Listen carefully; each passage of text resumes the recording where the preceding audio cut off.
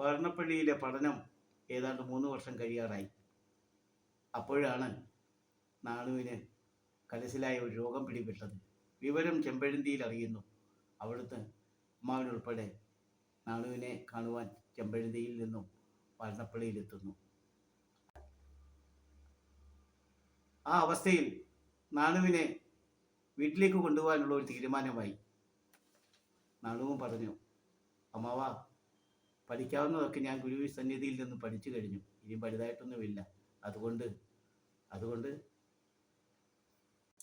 ഗുരു സന്നിധിയിൽ നിന്നും അഭ്യസിച്ചല്ലോ പൂമാൻ തർക്കവും ശാസ്ത്രവും വേദാന്തവും.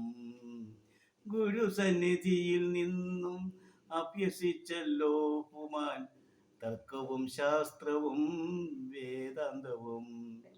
എല്ലാം വഴി പോലെ ഹൃദയസ്ഥമാക്കി, എല്ലാം വഴി പോലെ ഹൃദയസ്ഥമാക്കി താപസതുല്യനാമാകുമാരൻ. എല്ലാം വഴി പോലെ ഹൃദയസ്ഥമാക്കി താപസതുല്യനാമാകുമാരൻ.